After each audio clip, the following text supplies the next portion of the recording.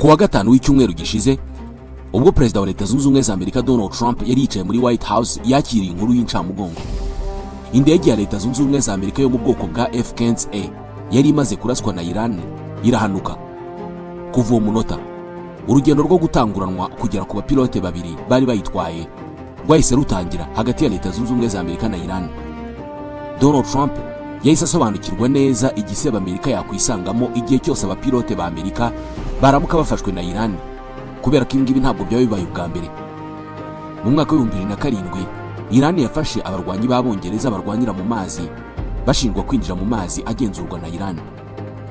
Batawe muri yombi banyuzwa kuri televiziyo ya leta ya Iran bapfutswe ibitambaro mu maso, bagaragazwa mu buryo bwose busebetse bukojeje isoni. Bemeye ko bari binjiye mu mazi ya Iran nta burenganzira babifitiye. Bategetswe gusaba imbabazi, bandikira imiryango yabo amabaruwa, ndetse bakoreshwa muri propaganda yo gusebya ibihugu by'abanyaburayi na Amerika. Icyo gihe byari mu ntambara na Iran. Tony Blair wari ku butegetsi mu Bwongereza icyo gihe yagiyeweho n'icyasha bishobora kuzagorana ko kimuvaho kugera uyu munsi, ku buryo nubwo yari mu bihe bye bya nyuma by'ubutegetsi ntabwo byabujije ko icyizere yagirwaga n'abaturage gikomeza guhananuka kugera munsi ya 30%. Donald Trump acyumva ko Iran yarashe indege y'Abanyamerika yahise yumva neza icyo bivuze, ku buryo itegeko rya mbere yatanze nuko igisirikare cya Amerika na Isiraheli bahagarika ibindi bikorwa byose bari barimo. Intego ya mbere ikaba gushakisha abo bapilote ba Amerika bari ku butaka bw'umwanzi mbere y'uko umwanzi abafata. Ku mugoroba wo ku wa gatanu, umunsi Iran yarasiyeho iyo ndege, ibikorwa byo guhiga abo bapilote byahise bitangira. F-15A ni indege itwarwa n'abapilote babiri, umwe aba ari umupilote uyitwara, undi akaba umutekinisiye ugenzura systeme yayo ijyanye no kurasa ibisasu. Buri muntu wese mu bapilote ba Amerika aba yaratojwe ibintu bibiri. Icya mbere ni ugutwara indege, icya kabiri kikaba uburyo bwo guhunga mu gihe indege irashwe cyangwa se igakora impanuka ari ku butaka bw'umwanzi. Guhunga no kugerageza kwirwanaho ni ibintu abapilote b'indege z'intambara batozwa cyane, kubera ko gufatwa kwabo birenze kuba igisebo gusa, ahubwo bishobora no gushyira misiyo yose mu byabo. Abo bapilote baba ari abahanga cyane kandi bazi ikoranabuhanga rikoze indege z'intambara za Amerika. Iri koranabuhanga riba rihigwa cyane hose ku isi, kubera ko igisirikare cya Amerika kirwanira mu kirere ni kimwe mu bituma Amerika iba igihugu cy'igihanganye. Nka Iran iramutse ishoboye gufata umupilote wa Amerika ari muzima, ishobora kumukoresha akayiha amakuru y'uburyo indege atwara ikora. Ayo makuru akaba yagurishwa ku bindi bihugu nk'Ubushinwa n'Uburusiya kugira ngo nabyo bikomeze guteza imbere indege zabyo z'intambara, cyane ko uyu munsi ibi bihugu bikiri inyuma ya Amerika mu birebana no gukora indege z'intambara. Iyi niyo mpamvu ari ingenzi cyane kuri buri mupilote wa Amerika kwiga uburyo bwose bwo guhunga ndetse no kwirwanaho mu gihe akoze impanuka, kubera ko ubumenyi bwe ni imari ishyushye ishobora gutuma abanzi ba Amerika bamenya amabanga atuma igisirikare cya Amerika kiba igihangange ku isi.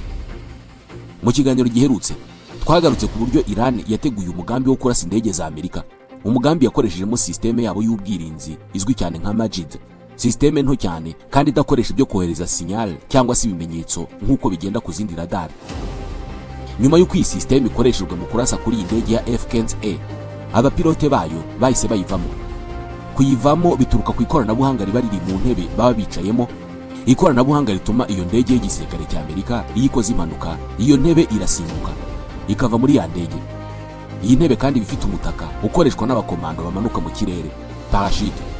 Uyu mutaka ni umupilote akoresha akagwa ku butaka.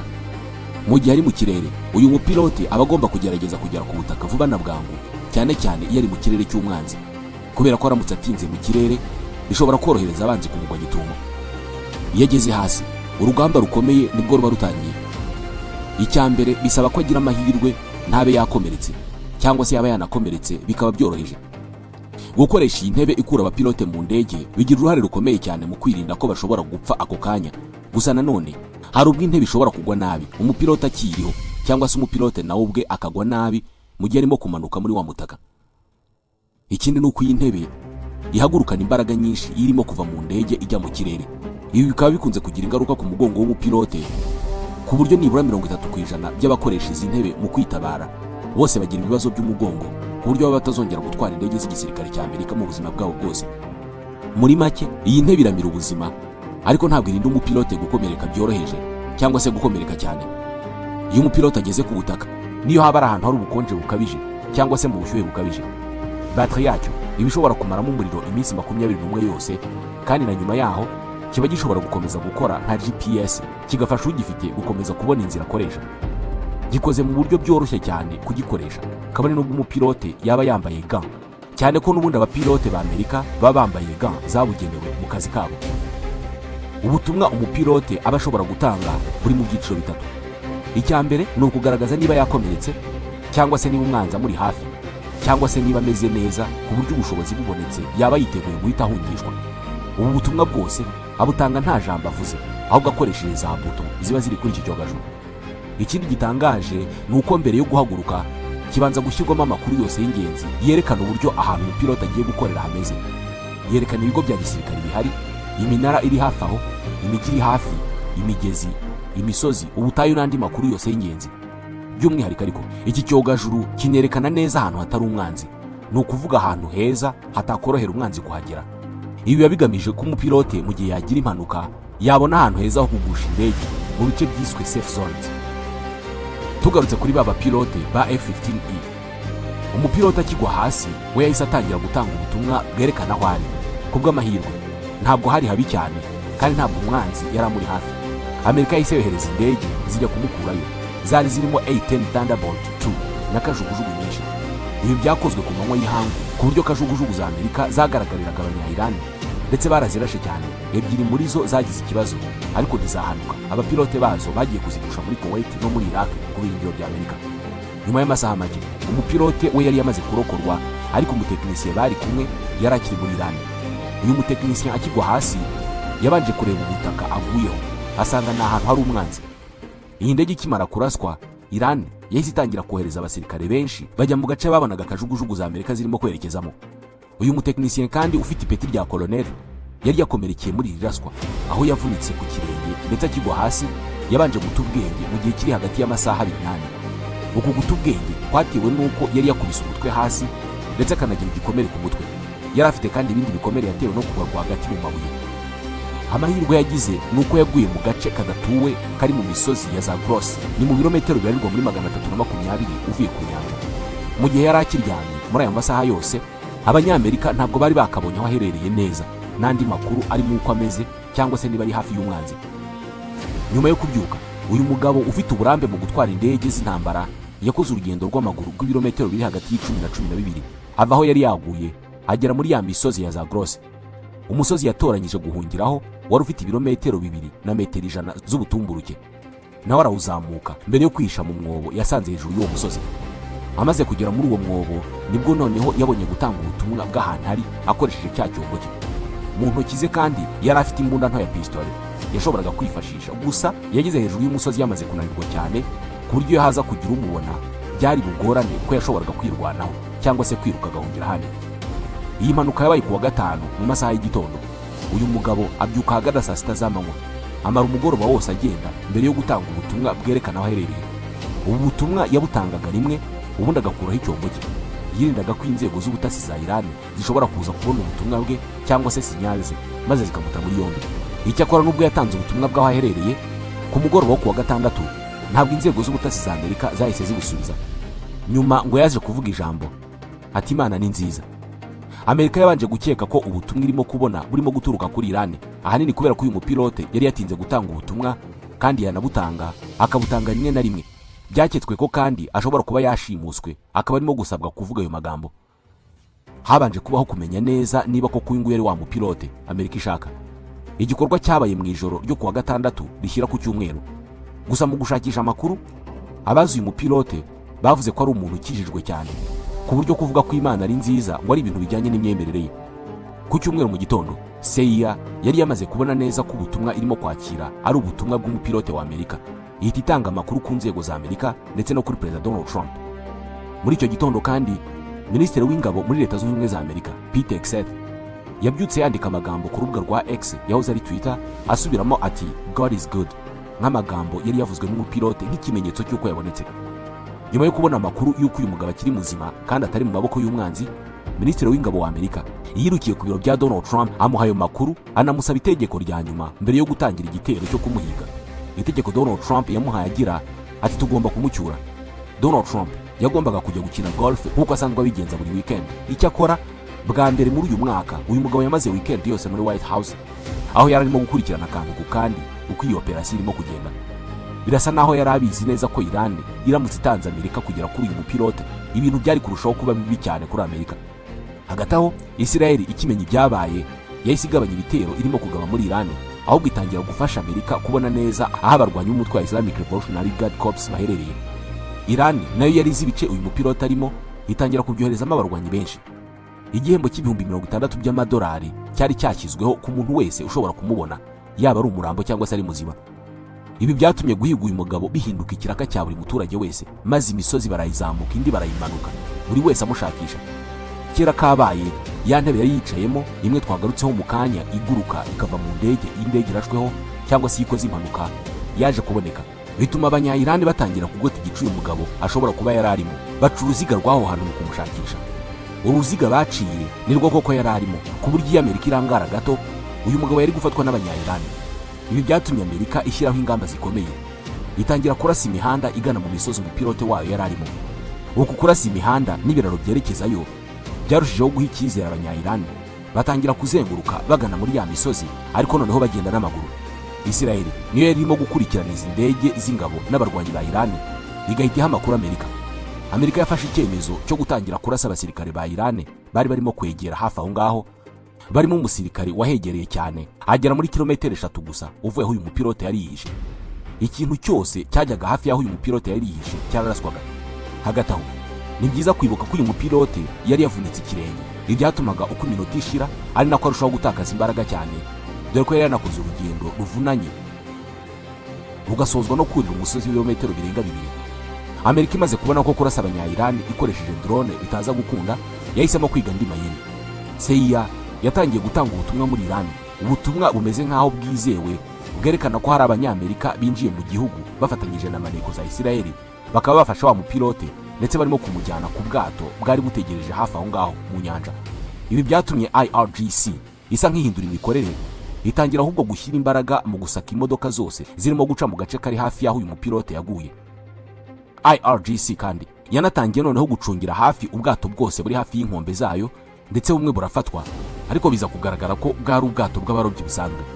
Uko gutinza abanya-Iran kwahaye Amerika umwanya w'imboneka rimwe kandi w'ingenzi cyane, kubera ko nibwo noneho hari harimo gutegurwa igitero cyo kujya gucyura uyu mupilote. Iki gitero cyakoreshejwe n'indege zisanzwe zikorera imizigo muri Amerika zizwi nka MC-130J Commando 2. Impamvu izi ndege zakoreshejwe nuko zishobora kugwa ahantu hatari ikibuga cy'indege, zishobora kugwa mu butayu n'ahandi hantu hari ubutaka butameze neza, kandi zigakomeza kugenda. Indege ebyiri z'ubu bwoko, kongeraho izindi kajugujugu n'izindi ndege nyinshi nka A-10 Thunderbolt 2, zose zakoreshejwe muri iyi operation. Ikibazo gikomeye cyari ugushaka ahantu indege za MC-130J zigwa. Ahatoranyijwe ni ahantu hahoze ikibuga cy'indege ariko kitagikoreshwa mu majyepfo y'intara ya Isfahan muri Iran. Aho hari inzira y'indege ariko yangiritse cyane kubera ko yari yuzuyemo umusenyi mwinshi cyane, ari no mu butayu rwagati. Igitangaje nuko iyi nzira iri mu birometero 50 uvuye mu mujyi wa Isfahan, wa kabiri munini muri Iran nyuma ya Tehran. Ukaba n'ahantu Amerika na Israel bakunze kurasa cyane muri iyi ntambara, cyane ko hari ibirindiro bikomeye by'umutwe wa Islamic Revolutionary Guard Corps. Andi makuru avuga ko igice kimwe cya uranium ya Iran kibitse hano muri uyu mujyi. Uburyo Iran itashoboye gufatirana abanyamerika bari kure cyane y'inyanja kandi bari hafi y'umujyi ukomeye ubitsemo za misile nyinshi, ni ikintu gikomeje gutangaza benshi, ndetse no kwerekana ko ingabo za Iran zishobora kuba zaracitse intege mu buryo bukomeye.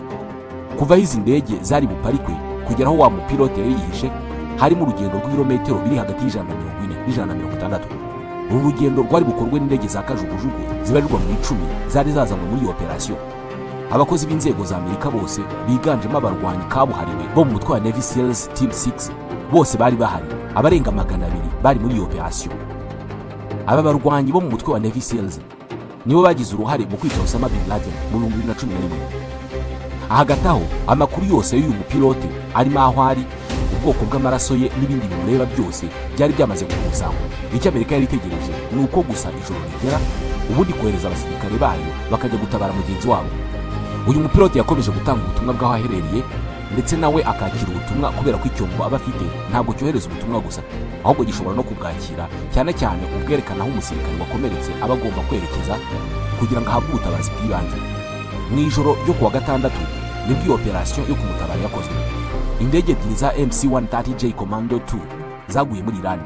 Bitewe n'uko yari yakomeretse kandi amaze amasaha 48 ari wenyine mu mwijima, ntabwo yashoboye gukora urugendo, ahubwo byabaye ngombwa ko abakomando ba Navy Seals bajya kumutabara mu misozi aho yari yihishe bakoresheje za kajugujugu. Gusa bamugezeho basanga kibasha kuvuga ku buryo yavuze imyirondoro ye mu magambo, abandi nabo baramuterura baramujyana.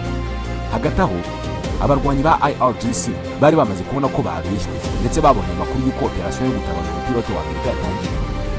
Ibyo bakoraga byose drone za Amerika zari zibari hejuru, ku buryo ubwo batangiraga kwerekeza muri ya misozi yari irimo kuberamo ubutabazi barashweho urufaya rw'amasasu, benshi bahasiga ubuzima. Gusa ariko hari benshi barenze ibisasu bya drone barinjira bagira neza aho abarwanyi ba Amerika bari bari, ku buryo habayeho kurasana by'imbona kubona. Amerika ikavuga ko nta musirikare yapfushije, ariko hari abakomeretse. Abarwanyi ba Iran barashe kuri kajugujugu za Amerika bakoresha amasasu asanzwe. Drone za Amerika ariko zikomeza kubamishaho urufaya rw'amasasu, abarenga 100 ngo bahasize ubuzima. Imodoka bari barimo nazo zararashwe, mu gihe abagerageje kugenda n'amaguru nabo barashwe. Ushobora kwibaza impamvu Iran itakoresheje indege kugira ngo igere aho uyu mupilote yari ari. Ibi bishobora kuba gihamya yuko ibyo Donald Trump yakomeje kuvuga ko Amerika yarashe indege za Iran zose bishobora kuba bifite ishingiro. Za ndege za MC-130J Commando ahantu zari zaparitse ntabwo hari heza cyane, ku buryo zaje kunanirwa kubakura mu hantu. Biba ngombwa ko Amerika yohereza izindi ndege. Nyuma yo kuva muri Iran, izindi ndege za Amerika zaraje zirasa MC-130J Commando 2 zizihindura imiyonga kugira ngo zidasigara mu maboko y'abanya-Iran, bakiga ikoranabuhanga ryazo bakarigurisha ku bihugu by'inshuti birimo Uburusiya n'Ubushinwa. Indege 3 zoherejwe zaje kugera kuri babakomando ba Amerika nyuma y'igihe gito, maze bose barazurira barahunga. Feri ya mbere bayifatira muri Kuwait. Aha muri Kuwait niho havuriwe babapilote bose bakomeretse n'abandi barwanyi bakomeretse. Hagati aho Iran yavuze ko indege za Amerika zahiye mu gihugu cyabo zahiye bitewe no kuraswaho aho gutwikwa n'ingabo za Amerika. Iran kandi yavuze ko yishe abasirikare benshi ba Amerika. Icyakora bitewe n'uko habereye ibi bikorwa hose nta bimenyetso by'urupfu cyangwa se amaraso bihari, biragoye kwemera ibyo Iran yavuze. Ugereranije indege zangirikiye muri iyo operasiyo yo kurokora uyu musirikare umwe zifite agaciro ka $300 million. Muri make Amerika yatakaje $300 million kugira ngo irokore umuntu umwe wenyine. Urebye ibyagiye kuri iyo operasiyo muri rusange bibarirwa muri $600 million. Hari abatekereza ko ibi ngibi ari ugukoresha nawe umutungo w'igisirikare. Gusa ntabwo Amerika ibikora ku basirikare bayo gusa, ibikora no ku basivili bayo. Mu 2020 muri Nigeria, umutwe w'abagizi ba nabi wateye urugo rw'umuhinzi w'umunyamerika akaba n'umumisiyoneri Philip Nathan Walton. Bamwatse amafaranga kugira ngo bamurekure, abaha $40 yari afite imbere n'inyuma. Bayatera utwatsi, bahise bamushimuta, basaba guhabwa $1 million kugira ngo bamurekure. Aho kugira ngo Amerika yishyure aya mafaranga, yateguye igitero cyakoreshejwemo indege z'intambara n'abarwanyi b'umutwe wa Navy Seals Team 6 bajya muri Nigeria aho uyu mugabo yari yashimutiwe, bamukurayo ku mbaraga. Muri iki gitero Amerika yakoresheje indege 16 n'abakomando ba Navy Seals babarirwa muri 30. Izi ndege zavuye muri Espagne no mu Bwongereza, ku buryo ubaze mazutu zakoresheje n'ibindi byose bikoreshwa mu gutegura izi operation, ubona ko Amerika yakoreshejwe miliyoni zirenga $30. Byari byoroshye ko hatangwa $1 million uyu mugabo akarekurwa, ariko Amerika yarabyanze, ihitamo gukoresha amafaranga menshi kurushaho, ariko igatanga isomo. Imwe mu mpamvu zituma Amerika ibigenza uku ni ukugira ngo ihe ubutumwa abasirikare bayo babe babizi neza ko umusirikare wese wagira ikibazo ari mu kazi yahawe na Amerika aba agomba kurokorwa ku kiguzi cyose byasaba. Ibi byongera morale y'abasirikare cyane, kandi kurwana n'umusirikare ufite morale iri hejuru ukongeraho ibikoresho bihambaye baba bafite ntabwo ari ikintu cyoroshye. Gutakaza ibikoresho ni igihombo, ariko nanone morale bisigira abasirikare barenga miliyoni ba Amerika ni ikintu utapfa guha agaciro mu buryo bw'amafaranga. Ikindi nuko byarinze Amerika kuba yaseba mu maso y'abanyamahanga, cyane cyane mu gihe iri mu ntambara.